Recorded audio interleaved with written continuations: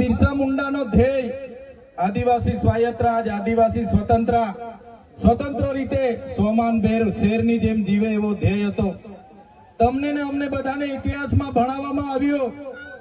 ઉત્ક્રાંતિવાદ Charles ડાર્વિનના ઉત્ક્રાંતિવાદના સિદ્ધાંતોમાં જણાવવામાં આવ્યું કે જ્યારે આ પૃથ્વી પર માનવી સભ્યતાનું ઉત્પન્ન થયું ત્યારે આદિમાનવ તરીકે સૌપ્રથમ પૃથ્વી પર આદિવાસીઓ આવ્યા. શરૂઆતમાં પેડાની શોધ થઈ, અગ્નિની શોધ થઈ, ધાન્યની શોધ થઈ, ખેતીની શોધ થઈ અને બધા ખેતીની શોધની સાથે સાથે પરિવારો સાથે રહેતા થયા. એટલે નાના નાના ગામો, નાના નાના કબીલાઓ બન્યા અને એ કબીલાઓના મુખીઓ બન્યા, સરદારો બન્યા અને શાંતિથી પ્રકૃતિ સાથેનું એમનું જીવન ચાલુ હતું. એ દરમિયાન આ દુનિયામાં સંપત્તિ માટે લડાઈ થઈ, સત્તા માટે લડાઈ થઈ, સ્ત્રીઓ માટે લડાઈઓ થઈ અને એમાં એ લોકોની જે સભ્ય સંસ્કૃતિ પોતાને માનનારા સમાજ દ્વારા આદિવાસી સમાજના એક કબીલા ઉપર આક્રમણો થયા. સામદામ દંડભેદ નીતિ અંતર્ગત જ્યારે આપણો આદિવાસી સમાજના એ લોકો સરેન્ડર નહીં થયા તો યુદ્ધો કરીને આપણા કબીલાઓ છીનવાઈ ગયા અને આપણું શોષણ થયું, ઘર્ષણ થયું, જળ જંગલ જમીનો છીનવાઈ. અને તમે જોયું હશે આપણા દેશ પર બહારથી મુગલો આવ્યા, ડચો આવ્યા, હુણો આવ્યા, અંગ્રેજો આવ્યા, પોર્ટુગીઝો આવ્યા, ફ્રેન્ચો આવ્યા અને આ અંગ્રેજોએ પણ 200 વર્ષ આપણા દેશ પર રાજ કર્યું. એ ઇતિહાસથી લઈને આજ દિન સુધી આદિવાસીઓનું માત્ર ને માત્ર શોષણ થતું આવ્યું છે. ત્યારે આદિવાસીએ આઝાદીની લડતમાં પણ તમે જોયું હશે, તમે બિરસા મુંડાનો ઇતિહાસ વાંચો, તમે ગુરુ ગોવિંદનો ઇતિહાસ વાંચો, ટાટિયા મામા ખાદ્ય નાયકનો ઇતિહાસ વાંચો, તમે માનગઢ ધામમાં થયેલો હત્યાકાંડનો ઇતિહાસ વાંચો, તમે દડવાડામાં પાલ દડવામાં થયેલો હત્યાકાંડનો ઇતિહાસ વાંચો, તો આ ઇતિહાસમાં આદિવાસીઓ અંગ્રેજોને હંપાવ્યા પણ કૂટનીતિ કરીને અંગ્રેજોએ આપણા લોકોને નરસંહાર કરી અને આપણા વિસ્તારમાં આપણા ક્રાંતિકારી લોકોને શહીદી વહોરવી પડી. દેશના આઝાદીમાં આપણું આટલું મોટું યોગદાન હતું. દેશ આઝાદ થયો, દેશમાં લોકશાહી આવી, લોકશાહીમાં દેશમાં બંધારણ બન્યું અને બંધારણની કલમમાં 444, 244, 13 કમાં આપણા વિસ્તારને 5મી અનુસૂચિ તરીકે જાહેર કરવામાં આવ્યો. એ જ પ્રકારે દેશના આસામ હોય, સિક્કિમ હોય, મિઝોરમ હોય, નાગાલેન્ડ હોય, મેઘાલય હોય, તમામ રાજ્યોને અનુસૂચિ 6 અંતર્ગત સમાવેશ કરવામાં આવ્યો. ત્યારે અનુસૂચિ 6 ત્યાં લાગુ કરવામાં આવી અને ગુજરાતમાં આજ દિન સુધી અનુસૂચિ 5 લાગુ કરવામાં નથી આવી. અને આ સત્તામાં બેઠેલા લોકો અનુસૂચિ 5 લાગુ હોવા છતાં પોતાનો સત્તાનો દુરુપયોગ કરીને આદિવાસીઓની જમીનો છીનવી રહ્યા છે, આદિવાસીઓના ખનીજો છીનવી રહ્યા છે, કુદરતી સંપાદનો છીનવી રહ્યા છે. રોડના નામે, ડેમના નામે, આ વિસ્તારમાં કોરિડોરના નામે, જીએમડીસીના નામે, હાઇડ્રો પાવરના નામે, જીઆઈડીસીઓના નામે, સરકારી આવાસોના નામે, સ્ટેચ્યુના નામે આજે આદિવાસીઓને એમની જમીનો છીનવાઈ રહી છે. આજે આખા દેશમાં 80 લાખ આદિવાસીઓ વિસ્થાપિત થયા છે. એ આ સરકારો દ્વારા કરેલી દેન છે સાથીઓ. આજે ગુજરાતમાં, આજે દેશમાં 8% આદિવાસીઓ છે. 2011 ની વસ્તી ગણતરી પ્રમાણે 11 કરોડથી પણ વધારે દેશમાં આદિવાસીઓ છે. આજે ગુજરાતમાં 15% આદિવાસીઓ છે. 1,25,00,000 આદિવાસીઓ ગુજરાતમાં છે. 29 જાતિઓ ગુજરાતમાં આદિવાસીઓની છે. આજે તમે મને બતાવો કયા ક્ષેત્રમાં આદિવાસીઓ 15% છે, બતાવો મને. તમે સચિવાલયમાં જશો, આદિવાસીઓનું લિસ્ટ તમે માંગજો. તમે હાઈકોર્ટના જજની યાદી જોઈ લેજો. તમે ઇન્ડસ્ટ્રીયલના આપણા આદિવાસીઓને કેટલા લાભો મળ્યા છે જોજો. તમે રિયલ એસ્ટેટમાં આપણા આદિવાસીઓની સંખ્યા જોજો. ત્યારે આઝાદીના 78 વર્ષમાં સરકારોએ માત્ર ને માત્ર આદિવાસી બજેટમાંથી અમૃત મહોત્સવો કાઢે છે, વિકાસ મહોત્સવો કાઢે છે, ગૌરવ યાત્રાઓ કાઢે છે અને પોતાના તાઇફાઓ કરે છે. ત્યારે હવે આપણે બધાએ જાગી જવાનું છે અને આ સરકારને 2027માં ઉખાડીને આપણે ફેંકી દેવાની છે. સાથીઓ, અમે 4 વર્ષ પહેલા જનનાયક બિરસા મુંડાજીની પ્રતિમા ડેડિયાપાડામાં સ્થાપના કરતા હતા અને એમના વિચારોને ઉજાગર કરવા માટે, એમના વિચારોમાંથી આવનારી પેઢી પ્રેરણા લે માટે અમે ત્યાં પ્રતિમા સ્થાપિત કરતા હતા.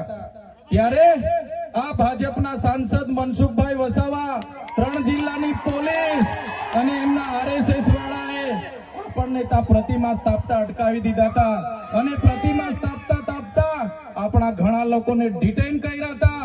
3 જિલ્લાની પોલીસ અમને પકડવા માટે આવી હતી, છતાં આપણે એમનાથી ડર્યા નથી અને બિરસા મુંડાની પ્રતિમા ડેડિયાપાડામાં સ્થાપિત કરી છે.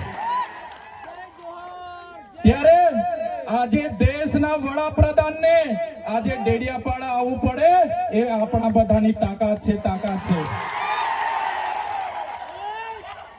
ત્યારે વડાપ્રધાન ડેડિયાપાડા આવે છે ત્યારે લોકોને ભેગા કરવા માટે 500 કરોડ આદિવાસી બજેટમાંથી જોગવાઈ કરવામાં આવી છે.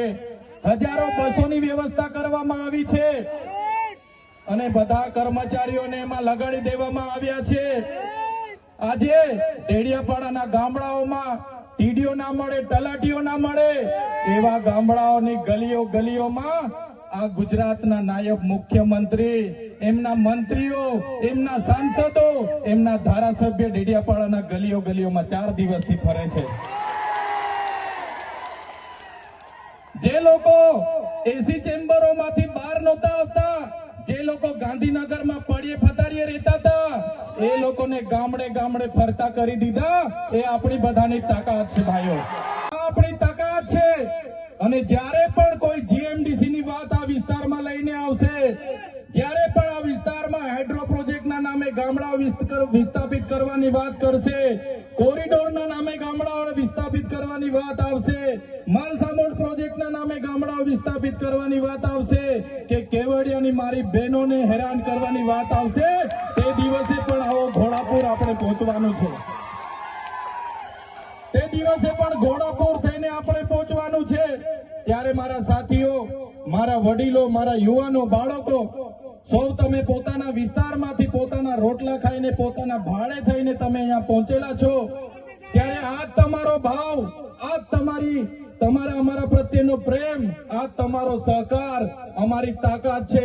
આજે અનંતભાઈ અને હું જ્યારે આવડી મોટી સરકાર સામે લડતા હોય, આ સરકાર પર પોલીસ છે, આર્મી છે, એમના કલેક્ટર છે, એમના SP છે, એમની કોર્ટો છે, એમનું તંત્ર છે, યંત્ર છે, મંત્ર છે, પણ અમારી સાથે અમારી જનતા છે.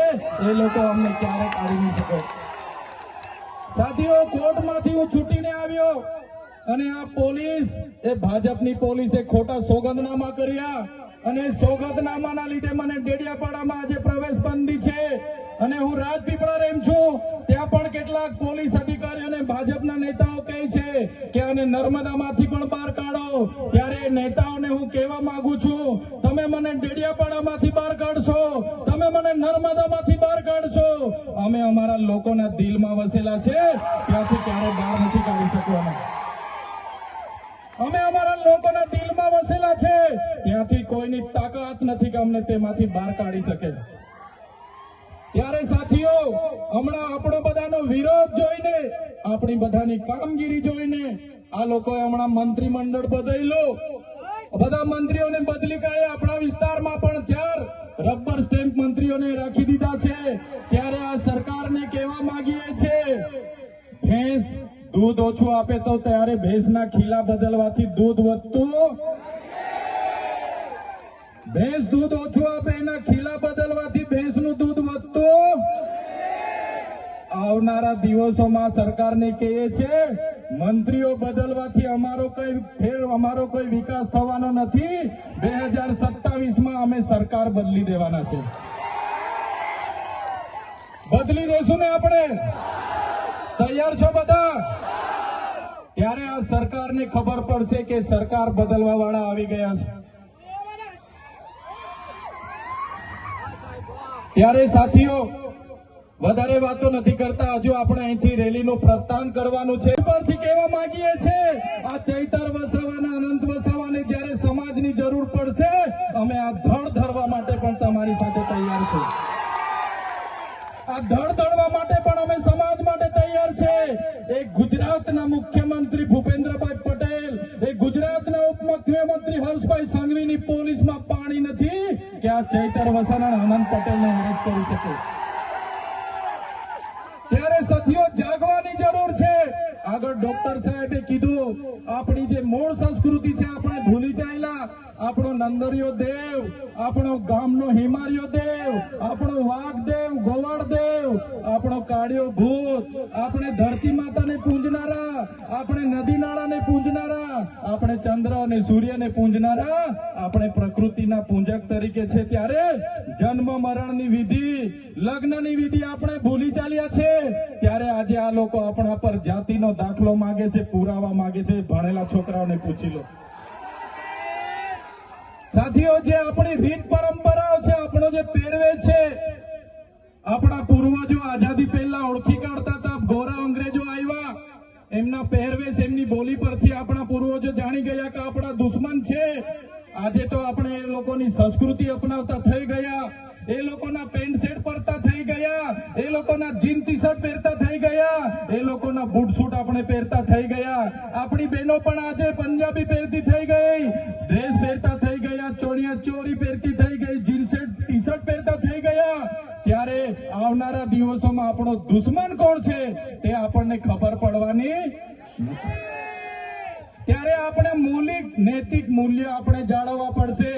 આપણી બોલી ભાષા આપણે સાચવવી પડશે. આપણો પહેરવેશ, આપણી સંસ્કૃતિ, આપણા વારસામાં મળેલી આપણી પરંપરાઓ, રીત રિવાજો આપણે સાચવવા પડશે. સાથીઓ, આપણા વિસ્તારમાં વૈશ્વિકરણના નામે જમીનો છીનવાય છે.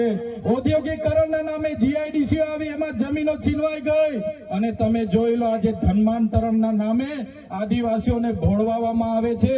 આજે શિક્ષણના નામે ધર્મના પ્રચારો થાય છે.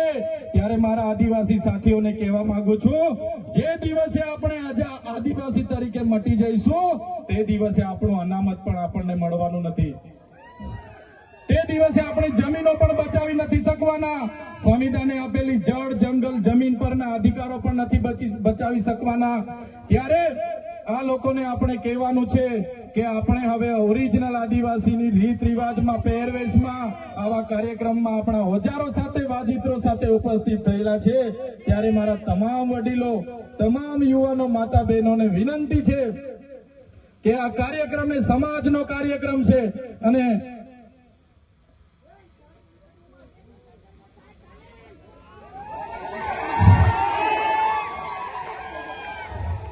આજનો આ કાર્યક્રમ એ આપણી સમાજની તમે એકતા બતાવી છે. આજે ભાજપના નેતાઓને, ભાજપના મુખ્યમંત્રી, ઉપમુખ્યમંત્રીને અને ભાજપના વડાપ્રધાનને આદિવાસીઓની તાકાત આજે આપણે બતાવી દીધી છે. એ બદલ બધાનો ખૂબ ખૂબ આભાર. નરેન્દ્રભાઈ મોદી આપણા કુળદેવી માતાના દર્શને જવાના છે. દેવમોગરા એ મહારાષ્ટ્ર, મધ્યપ્રદેશ, ગુજરાત અને રાજસ્થાનના લાખો લોકોનો આસ્થાનું કેન્દ્ર છે. અને દેવમોગરા જઈને રાજનીતિ જ્યારે કરવા માંગે છે ત્યારે નરેન્દ્રભાઈ મોદીને હું આ મંચ પરથી કહેવા માંગુ છું, તમને જો આદિવાસીઓ માટે હિત હોય, તમે દેવમોગરા જજો, તમે હિજારી લઈને આવજો, તમે મવડાનો ચોખ્ખો દારૂ એક બોટલ લઈને આવજો, તમે એક મરઘો લઈને આવજો, એક બકરો લઈને આવજો. દર્શન કરીને, એની પ્રસાદી કરીને તમે ત્યાં જ જમીને પછી જજો. ત્યારે અમે માનીશું કે તમે આદિવાસીઓના હિતેચ્છુ છો. તમે આદિવાસીઓ માટે આજ દિવસ સુધી તમે 24 વર્ષથી રાજનીતિમાં છો. આગળ મુખ્યમંત્રી હતા, હમણાં વડાપ્રધાન છો. આદિવાસીઓ આજે શિક્ષક માટે આંદોલન કરે છે, શાળા માટે આંદોલન કરે છે, નર્મદાના પાણી માટે આંદોલન કરે છે, પોતાની જમીનો બચાવવા આંદોલન કરે છે, જીએમડીસીઓ હટાવવા આંદોલન કરે છે, જીઆઈડીસીઓમાં રોજગાર માટે આંદોલન કરે છે. ત્યારે નરેન્દ્રભાઈ મોદીજીને કહેવા માંગુ છું, હવે અમે લડેંગે, જીતેંગે, જિંદાબાદ, મુર્દાબાદ, આવેદન, નિવેદન કરવા માંગતા નથી. હવે અમે લડવા માંગતા નથી. હવે ધરણા પ્રદર્શન બંધ, હવે આંદોલન બંધ. જો અમારી 5મી અનુસૂચિ, જો અમારા પૈસા, જો અમારી અનામત, જો અમારી 73 ડબલ એની જમીનો જમીનોને આવનાર દિવસોમાં જીએમડીસી ના નામે માગશો, માલસામોટ પ્રોજેક્ટના નામે માગશો, હાઇડ્રો પ્રોજેક્ટના નામે માગશો, અણુ મથકના નામે માગશો, તો અમે આંદોલન નથી કરવાના, અમે નેપાળવાડી કરવા માટે ગાંધીનગર આવવાના છે. અમે નેપાળવાડી કરવા માટે ગાંધીનગર આવીશું. તે દિવસે તમારો ને અમારો સામનો થશે, તે દિવસે ખબર પડશે ઓરિજિનલ આદિવાસીઓ કોણ છે તે. ત્યારે કેટલાક મીડિયાવાળા મિત્રોએ મને પૂછ્યું, તમારા ડેડિયાપાડામાં નરેન્દ્રભાઈ મોદી આવે છે, તમારું બધું પૂરું થઈ જાય.